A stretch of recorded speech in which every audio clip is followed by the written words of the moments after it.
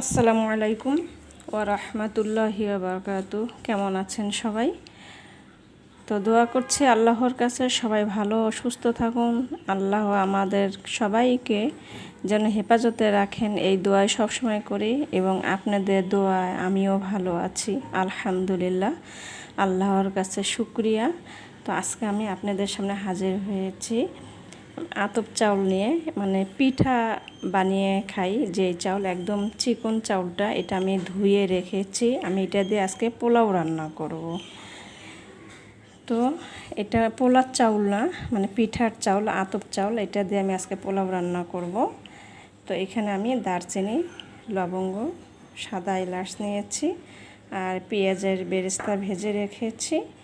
আর আমি আজকে এই পোলাওটা রান্না করব সরিষার তেল দিয়ে।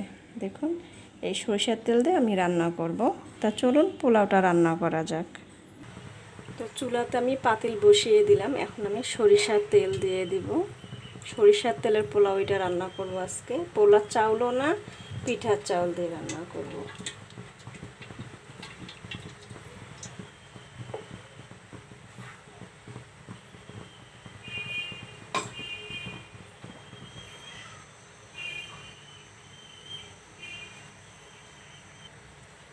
দিয়ে দিচ্ছি মশলা,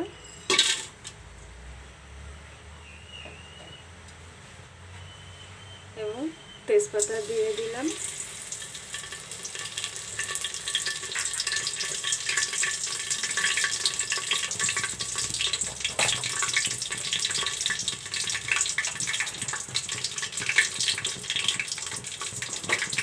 দিয়ে দেবো আদা রসুন,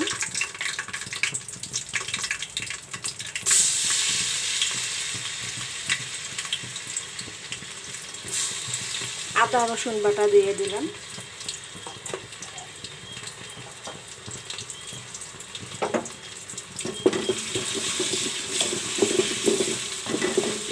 এখন চাউলগুলো দিয়ে দেব।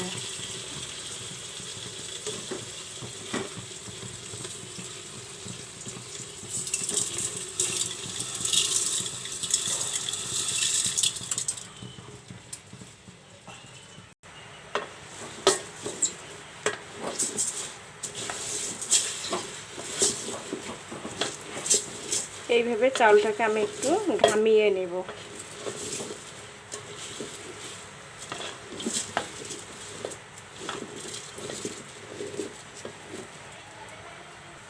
দিয়ে দিব লবণ,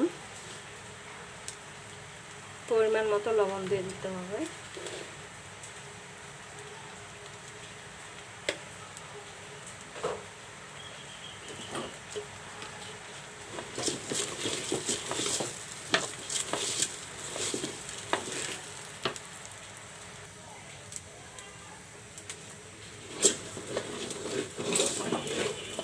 তো চাউলটা ঘামানো হয়ে গেছে, এখন আমি পানি দিয়ে দেব। কাঁচা পানি দেব, কোনো গরম পানি দেব না।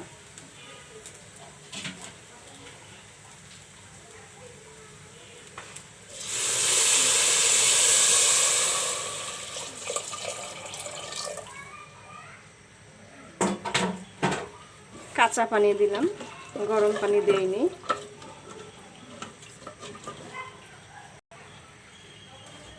সরষের তেল দিয়েছি তো এই জন্য কালারটা এরকম লাগতেছে। তো পোলাওটা আশা করছি ভালোই হবে। তো ঢেকে দিব আমি।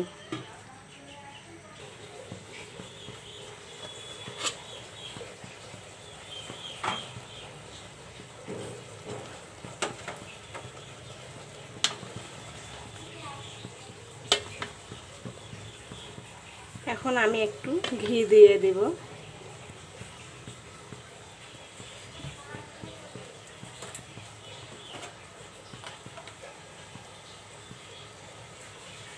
ঘি দিয়ে দিচ্ছি।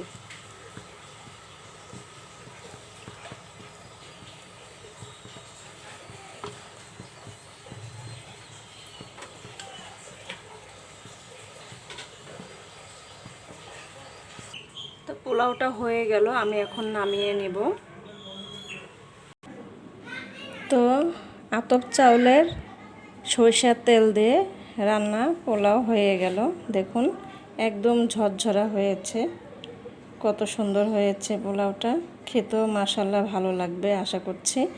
তো আমি এখন পেঁয়াজের বেরেস্তা দিয়ে দিচ্ছি। তো সবাই ভিডিওটা যদি ভালো লেগে থাকে একটু কমেন্ট শেয়ার করুন,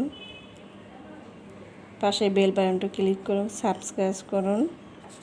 তো সবাই ভালো থাকুন ও সুস্থ থাকুন এই দোয়া কামনা করে রেখে দিচ্ছি। আসসালামু আলাইকুম ওয়া রাহমাতুল্লাহি ওয়া বারাকাতুহু।